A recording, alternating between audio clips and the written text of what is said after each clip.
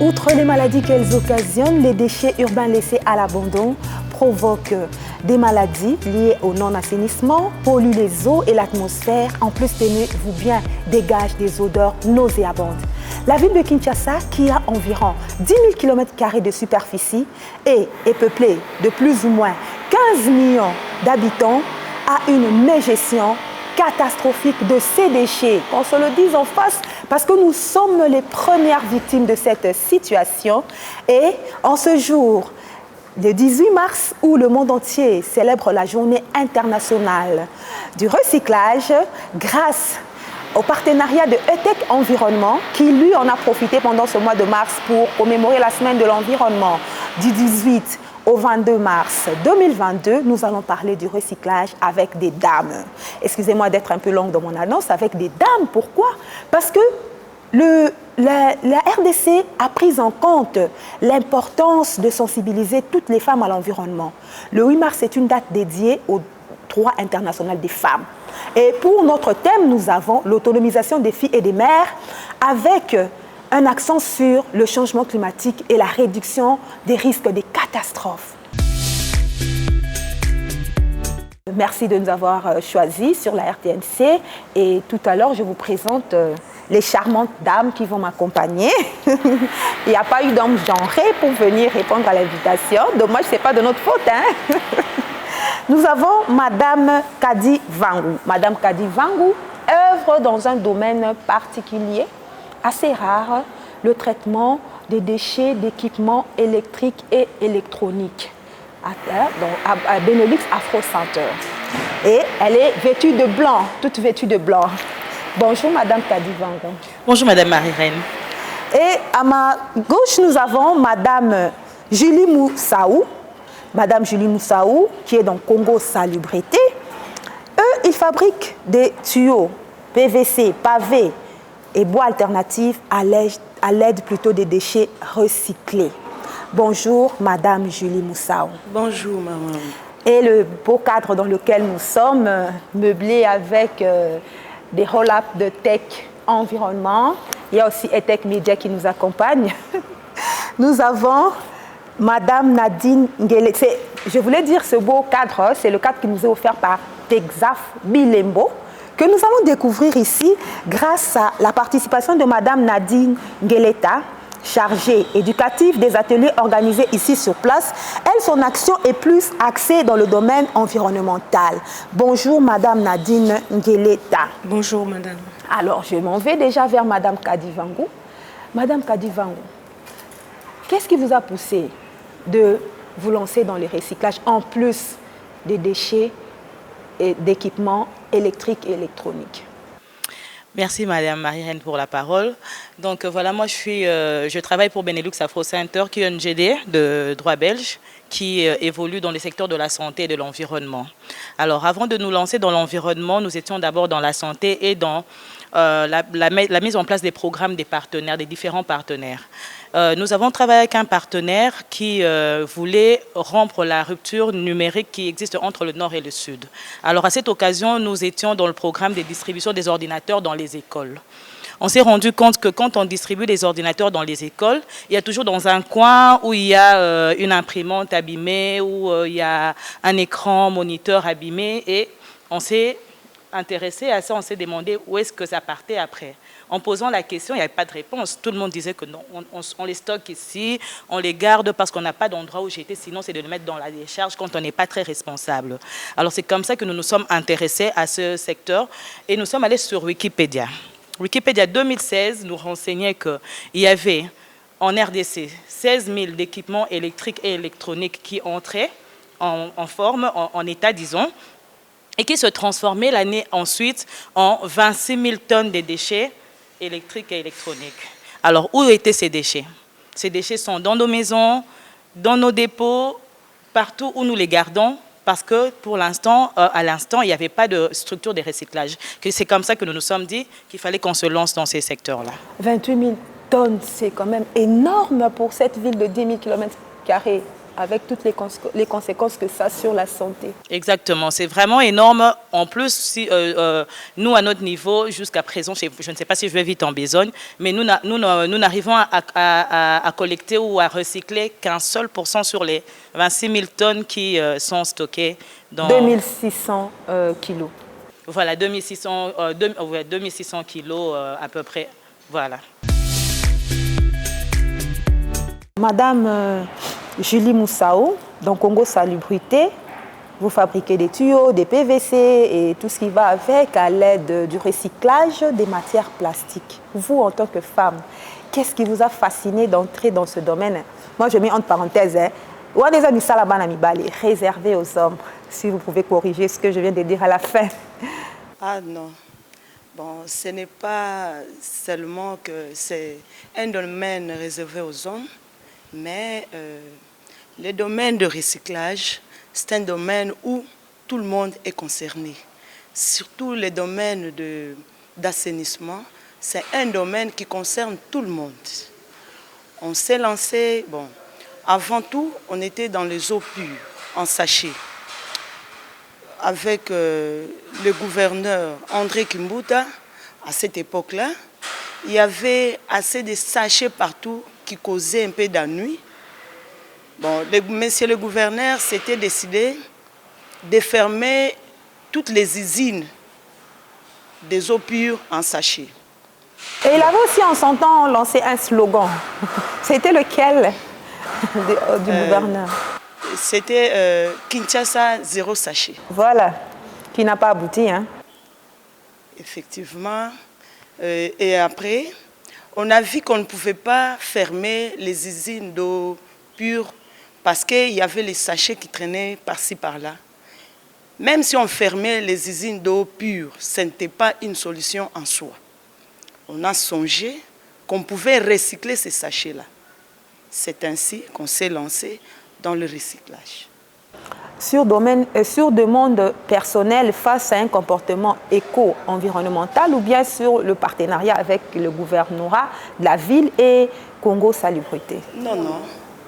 Ça, c'est un constat personnel que monsieur américain, qui est le PDG du Congo Salubrité... Donnez-nous son nom complet. C'est monsieur américain Kankonde Chikololo, qui est le PDG du Congo Salubrité. Par son initiative, il a songé qu'il pouvait recycler ces déchets-là. Merci, Madame Julie Moussao. Nous nous tournons présentement vers Madame Nadine Gueleta.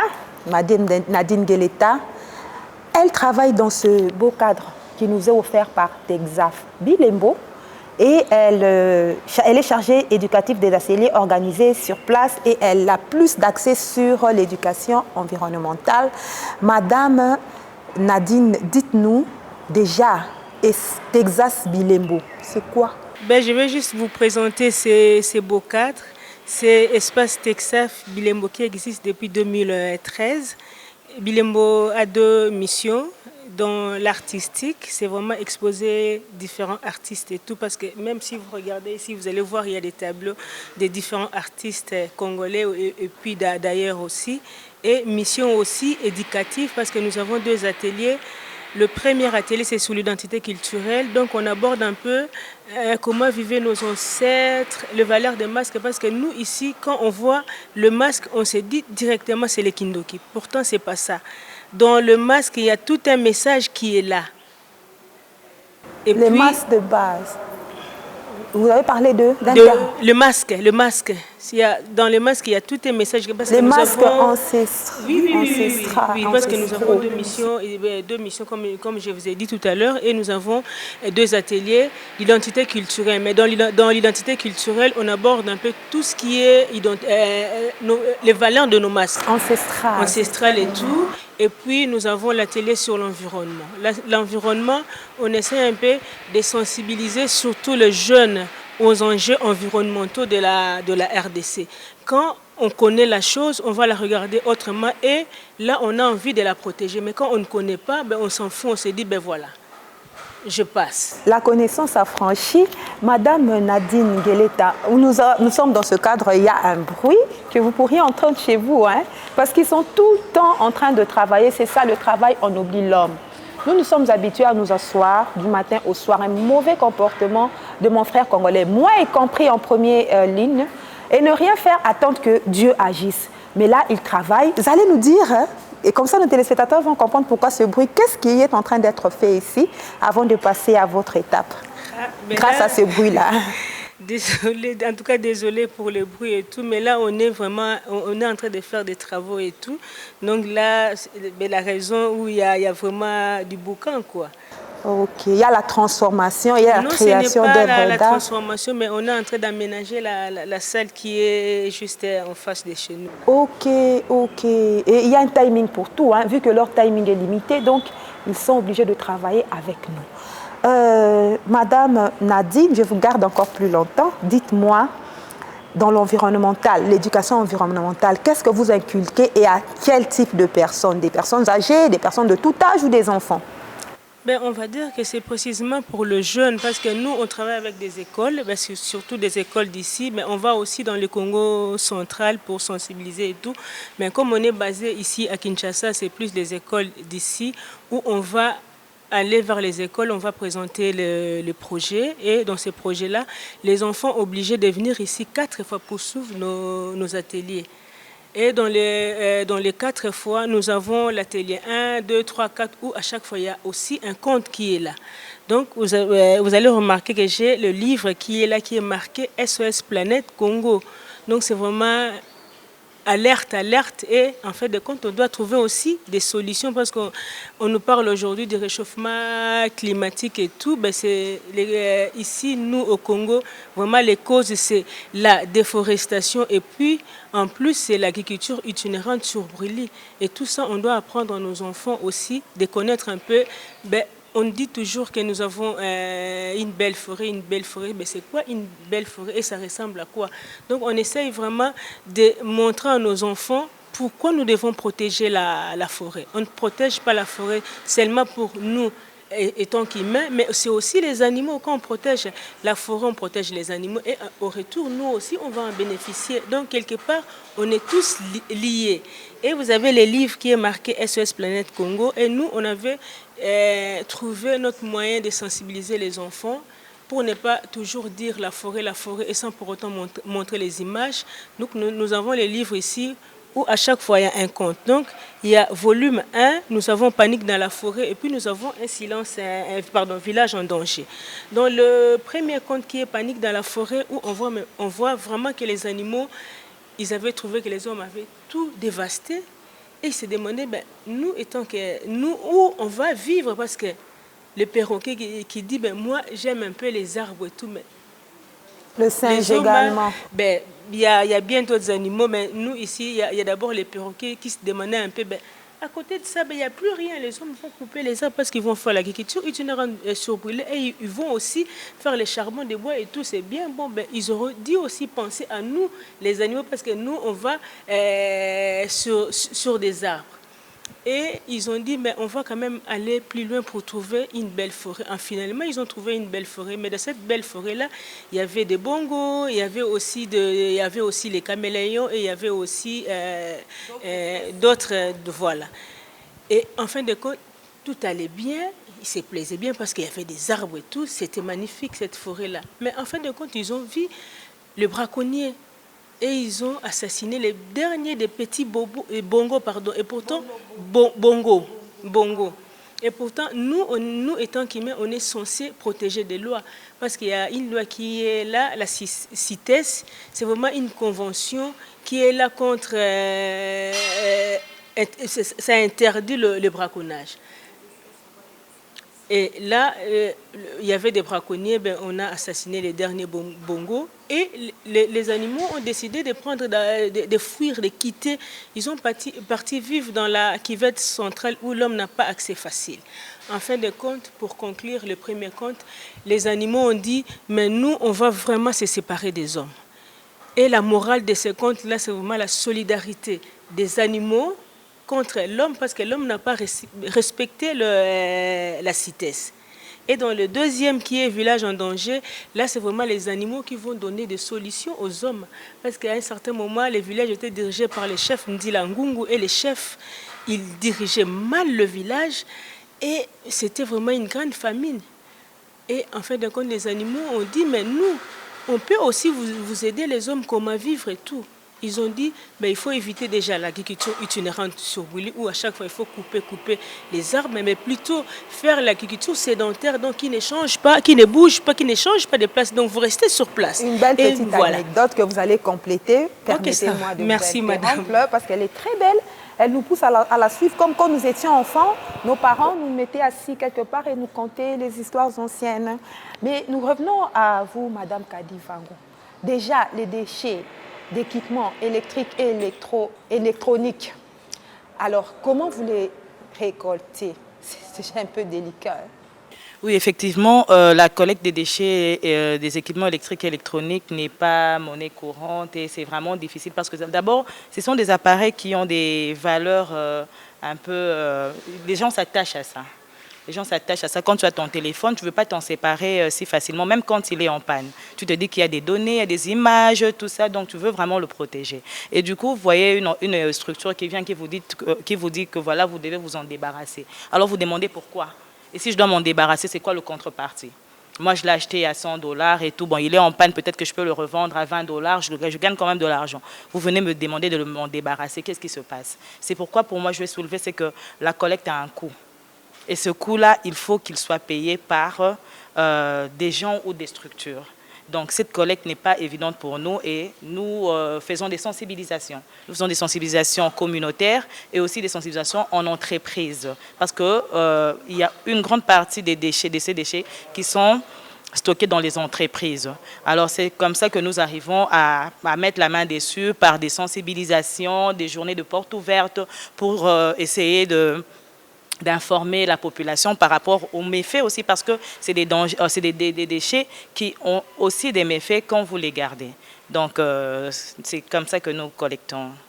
Madame Julie Moussaou, la collecte des déchets plastiques. Mais ça n'en termine pas. Il y en a toujours beaucoup à Kinshasa, surtout après les pluies.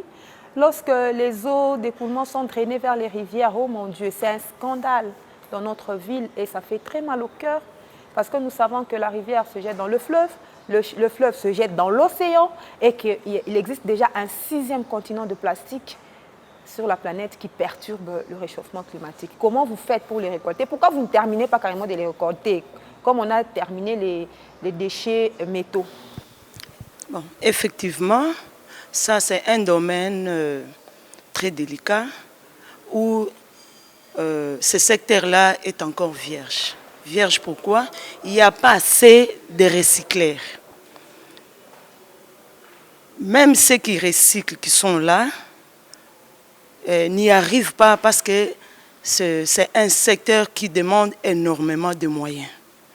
D'où les gens sont limités avec leurs propres moyens. Je me demande pourquoi c'est limité. Nous avons le slogan du gouverneur de la ville, Jean Tini Ngobila, qui dit « Kinbo Peto ». Il devrait vite courir vers vous. Le peu de moyens qu'il a, vous les octroyez pour que vous puissiez concrétiser ce ramassage, cette récolte de déchets plastiques. Bon, moi, je n'arrive pas à comprendre si vous avez quand même quelques explications. Oui, c'est comme les cas, parce que moi, je dois parler d'abord de notre cas du Congo Salubrité. Congo Salubrité, quand il prend ses déchets, il ne le prend pas gratuitement, madame. Ces déchets-là, nous allons auprès des sites pollués, aux décharges. Il y a des gens privés qui sont là, qui ramassent. Et quand nous allons, nous les achetons. Nous achetons ces déchets-là auprès de ces gens-là. Nous ramenons auprès de l'usine. Et ces déchets-là subissent aussi un traitement. Vous voyez, c'est pourquoi ces secteurs-là, ça demande énormément de moyens. c'est écrit, Madame Kadi. Si je peux renchérir à ce que Madame dit, voilà. Au fait, c'est parce que moi, je pense que nous n'avons pas encore pris conscience que les déchets n'est pas vraiment déchets, parce que les déchets est une opportunité. Ces déchets sont des opportunités parce que après, quand ils sont transformés, c'est des nouveaux produits qui peuvent être mis sur le marché. Mais nous avons cette limite-là qui demande aussi beaucoup de sensibilisation parce que c'est des nouveaux secteurs qui sont en train d'être, qui naissent au fait. Secteur de l'économie circulaire. On n'a plus besoin de recourir à la matière, à la matière première dans la nature. Et maintenant, notre matière première sont devenus ces déchets-là. Alors, quand on prend conscience que ces déchets ne doivent plus être appelés déchets, mais plutôt opportunités, c'est alors que nous allons atteindre le niveau que vous souhaitez. Mais pour l'instant, ce n'est pas encore ça. Et c'est un travail qui demande beaucoup de sensibilisation. C'est pourquoi l'économie circulaire, le recyclage, c'est un secteur qui devrait être subsidié pour arriver à respecter les différentes étapes de la sensibilisation, la collecte, jusqu'à aller à la transformation des déchets. Et déjà, nous remercions vivement ETEC plutôt Environnement qui nous permet de diffuser cette suite d'émissions sur la RTNC1, la radio-télévision nationale congolaise, parce qu'il a à cœur le souci de la salubrité à Kinshasa. Un voyage de 1000 km commence par un pas et va s'étendre dans toutes les 26 provinces. Et voilà qu'il nous permet d'en parler à fond et d'analyser à travers la semaine de l'environnement du 22 au 18, excusez-moi, du 18 au 22 mars 2022. Et du coup, nous sommes là en train d'en parler. Madame Julie Moussaou, vous rencontrez quelles difficultés, vous personnellement, lorsque vous allez à la quête de ce type de déchets plastiques? Bon, il n'y a pas de difficultés comme telles, sauf nous sommes en train vraiment de sensibiliser la population. Parce que le problème, c'est d'abord nous-mêmes. Nous-mêmes, nous les mamans d'abord. Parce que d'habitude, on dit, éduquer une femme, c'est éduquer toute une nation. Une fois que la maman a la conscience de la gestion des déchets, elle pourra aussi encadrer ses enfants, sa famille, à bien gérer ces déchets-là. Oui.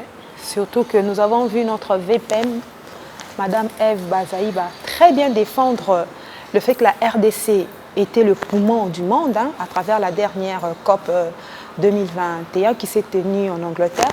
Et ça a encouragé les femmes. Je me dis peut-être ça aurait inspiré les femmes, la ministre du Genre, de se focaliser sur un thème qui lie l'environnement. Parce que la femme est au centre du traitement de certains déchets dans les ménages. Madame Nadine Gueleta, quel est votre constat à cet effet? Déjà, on essaie quand même aussi de parler quand les enfants viennent ici pour un peu, surtout pour bien gérer les déchets et tout.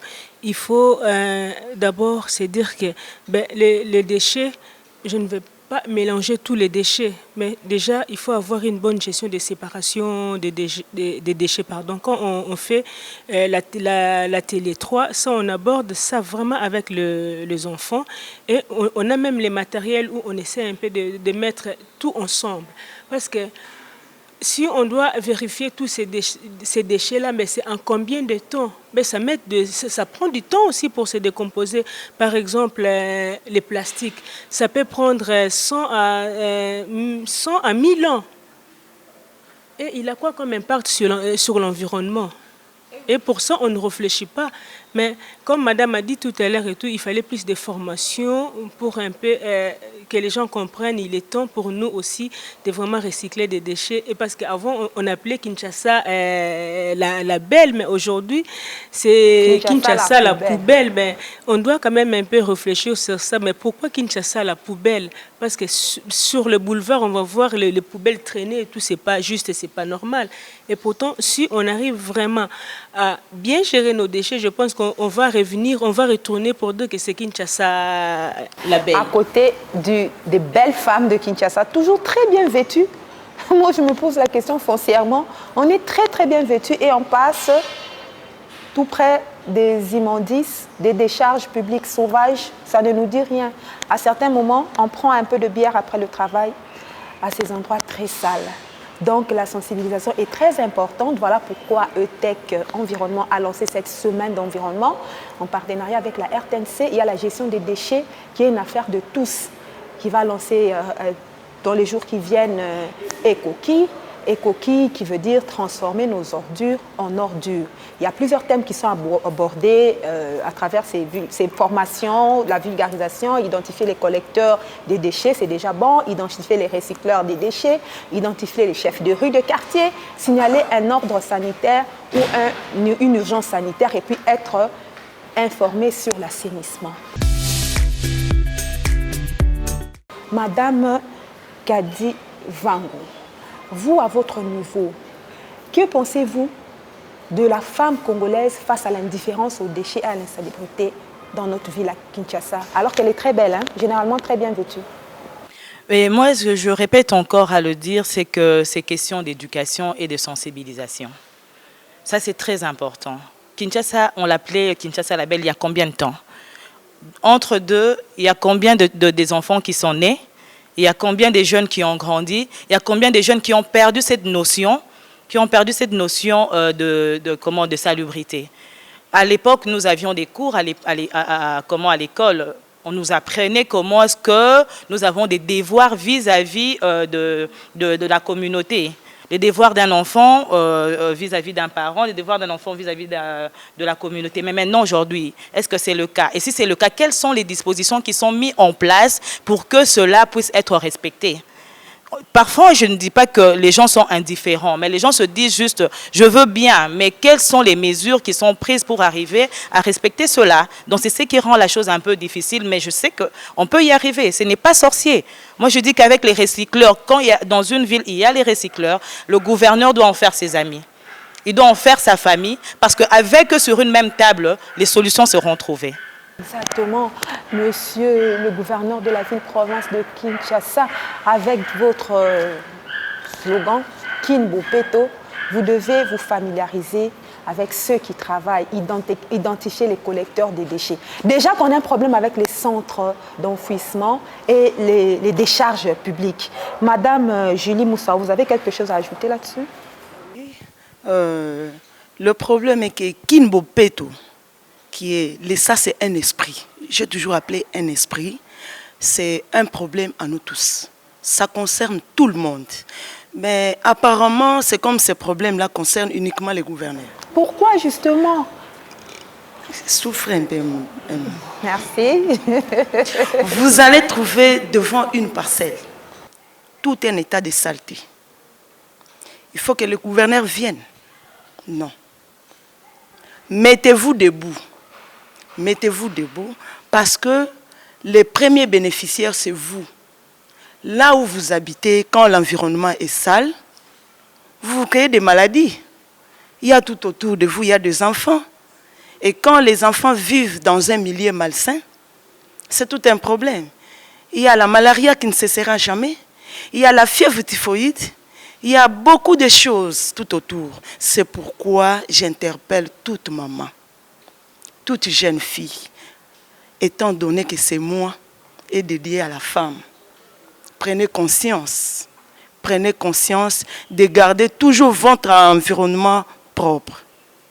C'est bien lancer la sensibilisation à un environnement propre, mais Madame Nadine Ngueleta, je sais que vous allez ajouter quelque chose. Moi, je dis ceci, quand vous n'avez pas un endroit où jeter vos déchets, comment est-ce que vous allez les gérer? Parce que la gestion est une étape. C'est une étape bien connue. Ceux qui ont étudié le marketing, c'est là qu'on apprend la gestion. Il faut d'abord déjà d'emblée avoir des personnes qui viennent les récolter et qui vous éduquent sur le tri. Alors dans ce cas-là, ils sauront que ces déchets ici vont chez Benelux Afro Center. Ces déchets vont chez Congo Salubrité. Ces déchets vont chez les autres que nous avons reçus ici sur le numéro 1 de cette émission combien délicate pour la salubrité dans notre pays. Ils vont faire comment? Ils ne vont pas faire la magie.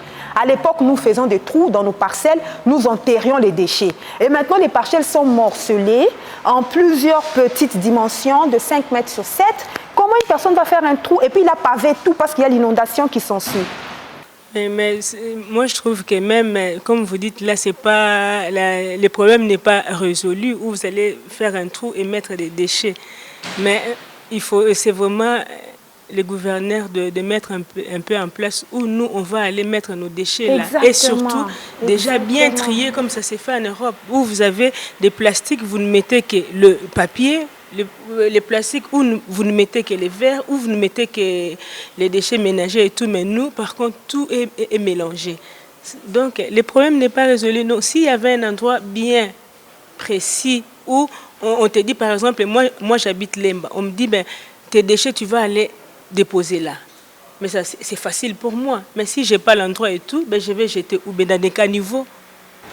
C'est ça, mettre en place le système. C'est le moyen le plus facile pour moi, ben, je jette. Du pollueur-payeur. C'est au pollueur on doit quand même un peu oui? réfléchir autrement pour dire que ben, on va mettre des poubelles en place, par exemple, commune de Lemba, le bourgmestre va s'organiser ben, où tous ces gens qui habitent dans chaque rue. Oui, Madame Kadé. Oui, je voudrais aussi aborder dans le même sens et parler plus aussi du centre d'enfouissement, comme vous venez d'en parler tout à l'heure. Ces centres, en principe, devraient accueillir les tout derniers déchets qui sont difficiles à recycler. Quand le tri est fait et que les recycleurs connaissent le circuit, chaque recycleur passe à l'endroit prévu pour prendre ce qui l'intéresse. Les plastiques passeront pour les plastiques, nous passerons pour nos DEE et les biodégradables passeront pour faire des composts. Et à la fin, il y aura une petite partie qui sera envoyée maintenant dans les centres d'enfouissement. Pour aller rapidement, déjà les centres d'enfouissement ici à Kinshasa, il n'y en a qu'un dans la commune de Msele, Ampassa. Et là déjà, c'est mal géré. Et ça nous incombe nous parce que, comme le dit Tech Média, quand on n'est pas propre, on est malade. Alors, comment vous, à votre niveau, vous traitez vos déchets? Très succinctement, hein, parce que là, on chute déjà. Ah, on chute déjà. Moi, j'ai encore beaucoup de choses à dire. C'est toujours comme ça. Et bien voilà, nous, après la collecte, après la sensibilisation, nous faisons la collecte. Nous sommes contactés par les entreprises éco-responsables que nous appelons, que nous avons même primé l'année passée parce que nous avons organisé une journée de collecte avec les entreprises, avec les employés qui sont venus déposer leur DE en entreprise que nous avons collecté. Alors, ces entreprises qui respectent les normes environnementales nous contactent et en ce moment-là, nous allons collecter. C'est pourquoi même je profite pour lancer cet appel par rapport à plusieurs entreprises ont des budgets pour la RSE.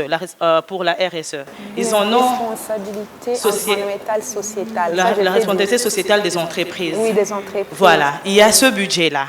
C'est prévu pour faire ces genres d'activités, la sensibilisation, la collecte et tout. Parce qu'à un moment donné, il y a... Où va ce budget?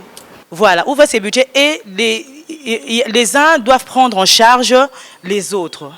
La communauté qui refuse de céder son téléphone, si une entreprise paye pour ça, on s'est sensibilisé et on s'est donné en contrepartie c'est ce citoyen qui ne veut pas se défaire de son téléphone. Donc voilà, par rapport à ça, c'est très important que les entreprises puissent se focaliser sur l'environnement et arriver à faire des actions environnementales. Par rapport à la RSE. Voilà, la RSE. Donc, RSE. Voilà. Alors chez nous, ce qui se passe, c'est que nous avons d'abord des gros déchets qui sont déjà triés à la base. Ils sont triés à la base parce qu'ils sont mis de côté. Et quand ça arrive chez nous, il y a encore un tri qui se fait. Parce que nous sommes dans le recyclage des déchets d'équipements électriques et électroniques. Mais pour l'instant, nous ne savons pas tout prendre. Par manque de moyens, par manque d'espace. Nous nous arrêtons à collecter les déchets des DE, mais liés aux TIC. Alors, nous prenons les téléphones, les ordinateurs, les imprimantes. Quand ça arrive chez nous, nous les catégorisons. Et après, nous avons mis en place un système de 4 R du recyclage pour ne pas tout refaire, pour ne pas tout, comment on appelle ça, pour ne pas tout transformer. Quand les déchets arrivent chez nous, nous catégorisons selon l'état du déchet. Parce que les déchets aussi a une définition. Les déchets, moi je définis toujours les déchets comme un bien qui a été abandonné par son propriétaire. Quand il est abandonné, il peut peut-être être en bon état. Il se dit, bon, moi, j'ai plus envie d'écouter cette radio, ou soit c'est démodé, et je m'en défais, je m'en débarrasse. Voilà. Alors, quand ça arrive chez nous, on n'est pas appelé à le transformer directement. On se dit, voilà, ce téléphone marche encore, ou cet ordinateur, disons, prenons le cas le plus simple, parce que les téléphones en RDC, quand ça arrive, c'est vraiment abîmé. Donc, on n'a même pas le temps de checker. Donc, on se dit, voilà, on prend ce laptop ou bien ce kit complet d'ordinateur, on vérifie. On a mis en place les 4 R du recyclage. Donc, il y a d'autres déchets qui sont directement réutilisables. C'est juste l'essuyer et tout ça et remettre en état. On fait la réutilisation et après on prend le reconditionnement. S'il y avait une touche du clavier qui était partie, on cherche dans un clavier, on remplace. Ça, c'est le reconditionnement. Et après, on va plus loin en faisant la réparation. S'il y avait un écran cassé, on peut changer de display. Et après, à la fin, quand on ne sait pas vraiment reconditionner tous ces déchets-là, c'est comme ça qu'on va à la réinvention. Donc, on va démanteler ce déchet parce qu'on ne doit pas casser, selon les normes de recyclage des DEE, on ne doit pas casser, on doit le démanteler et séparer les déchets qui contiennent les plastiques, les métaux, les verres parfois, et aussi les électroniques. Et ça, c'est encore, si vous voulez que je continue, ça va, mais sinon je peux céder la parole. Madame Julie Moussaou, nous avons vu ce que vous produisez. Rapidement, dites-nous à quoi votre recyclage des déchets plastiques aboutit? Bon, nous prenons tous les déchets plastiques. Dans les déchets plastiques, il y a les HDP, il y a le PP, il y a le PET, il y en a beaucoup. Alors, c'est comme dans les cas de PVC. Dans le cas de PVC, il y a un type de déchets déterminés qu'on fabrique. C'est-à-dire les HDP, un peu de PP. Et dans le pavé et le bois, c'est tous les déchets confondus. Et comment ce système se passe? Bon, une fois, nous avons des chiffonniers, c'est-à-dire les gens qui trient dans des décharges ou bien dans des endroits pollués. Des fois, ils nous appellent. Des fois, nous-mêmes, nous allons là-bas. Nous achetons selon le poids, selon les kilos. 1 kilo revient à combien? 1 kilo de matière plastique. De matière plastique, des déchets plastiques, c'est à 300 francs. Nous les prenons. Une fois que nous amenons à l'usine, il y a un tri qui se fait. On fait d'abord le pré-tri pour séparer d'abord les déchets selon leur nature. Après le pré-tri, il y a les tri. Les tri consistent à séparer les déchets selon leur densité. Une fois que cela est fait, ça passe au cisaille, ou bien on va découper ça en petits morceaux pour permettre à broyer. Le broyage permet à ressortir les déchets en petits morceaux. Une fois que ces déchets-là est déjà broyé, ça passe maintenant au lavage. Et puis après le lavage, c'est le séchage. On va sécher parce que l'humidité et la fabrication n'est pas compatible. Et après, la matière est prête, soit on fabrique le pavé, soit c'est le PVC. Je l'ai toujours dit, pour ce genre d'émission qui concerne notre santé directement, le temps passe très vite. Je ne sais pas, mais c'est ça la règle. Mais pour captiver nos téléspectateurs, on doit le présenter dans un format aussi réduit que possible. Comme ça, quand il nous suit, il retient une leçon.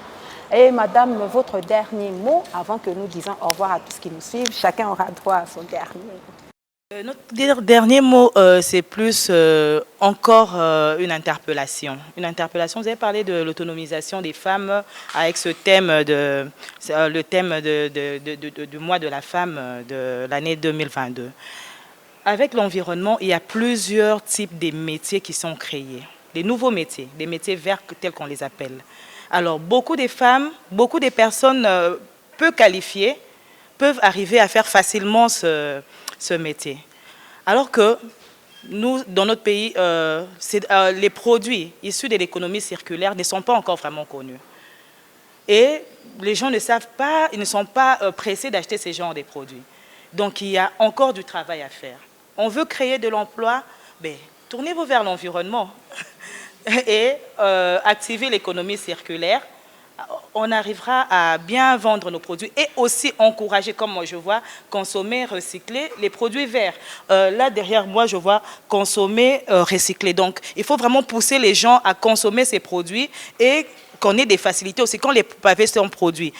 Est-ce que nous avons des facilités pour les écouler? Quand on ne les écoule pas, ça tue le secteur. On se dira pourquoi arriver à faire ça. Mais nous, on a eu quand même aussi à évoluer. La dernière fois, quand vous m'avez reçu, nos déchets électroniques allaient à l'étranger et d'autres déchets étaient cédés à d'autres partenaires. Sauf que nous avons pu évoluer. Maintenant, dans nos ateliers, sûrement, il y aura des images.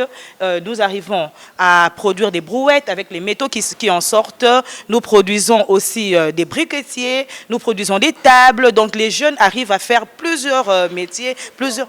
Ben, je vous assure, vous verrez sûrement dans les images si c'est diffusé. Si, le donc, voilà. Au moment où vous parlez, les téléspectateurs verront immédiatement. Ça, c'est chouette. Donc, voilà. Donc, Ah. vous verrez que nous avons évolué et ce, grâce à l'économie circulaire qui peut encore être encouragée dans notre pays. Voilà. Madame Julia, juste un petit mot d'au revoir, peut-être votre localisation. Bon, moi, je suis en train de rappeler à la masse qui nous suivent, à la population, à nous tous. Nous sommes en train de conscientiser, de garder toujours notre environnement propre. C'est ça notre but. Notre but, c'est Kinshasa sans plastique. C'est ça notre but. Merci. Madame Nadine Ngeleta, un dernier mot. Ben, moi, je veux peut-être rejoindre la Madame dame. Comme elle, Vango. comme elle a dit, il y a des métiers verts. Vraiment, dans l'environnement, il y a plein de métiers verts qui vont se développer autour de nous qu'on ne connaît pas. Et que c'est vraiment, ben, moi, avant, je ne connaissais pas. Aujourd'hui, il y a maintenant des boussoliers, il y a même des femmes. Et avant, il y avait dans nos parcs, ce n'était qu'un métier pour les hommes, mais aujourd'hui, il y a aussi des femmes qui vont gérer les parcs et tout. Donc, nous, on va continuer à sensibiliser les jeunes et pour que ces jeunes-là prennent conscience aussi de protéger, de sauver un pays magnifique qui est le Congo. Exactement. Juste un petit mot de nos partenaires Nami Recycling qui vont bientôt commencer avec le plastique. Eux, ils disent quoi? Je veux le lire. Ils disent que, voilà, il n'y a pas de petits gestes tant qu'on est des milliers à le faire. Donc, soyons des milliers à prendre conscience que l'environnement est important et que nous devons protéger notre environnement. Exactement, c'est l'union fait la force que notre partenaire ETEC Environnement a choisi comme l'un des piliers dans cette semaine de l'environnement pour sensibiliser. Fidèles téléspectateurs, je vous rappelais que nous avons reçu sur ce plateau de la RTNC, Radio-Télévision Nationale Congolaise, la Une, la chaîne mère, des femmes qui sont dans le domaine du recyclage, que j'encourage et que je félicite. Il a été question, toute vêtue de blanc, de Madame Kadi Vangou, qui œuvre dans le recyclage de déchets et d'équipements d'origine électrique et électronique. Nous avons Madame Julia Moussao. Madame Julia Moussao, elle est chez Congo Salubrité, il recycle des déchets plastiques, tout ce dont elle a parlé là, des pavés, des tubes plastiques, des bois et tout ça. Et enfin, Madame Nadine Ngeleta, elle est chargée éducative des ateliers organisés ici. Nous sommes à Texaf Bilembo. Ici sur place, elle est plus dans le domaine de l'environnement. Merci beaucoup à vous tous qui avez suivi avec attention soutenue ce programme spécial environnement en ce jour, journée internationale du recyclage. Ensemble, l'union fait la force, la ville sera plus propre.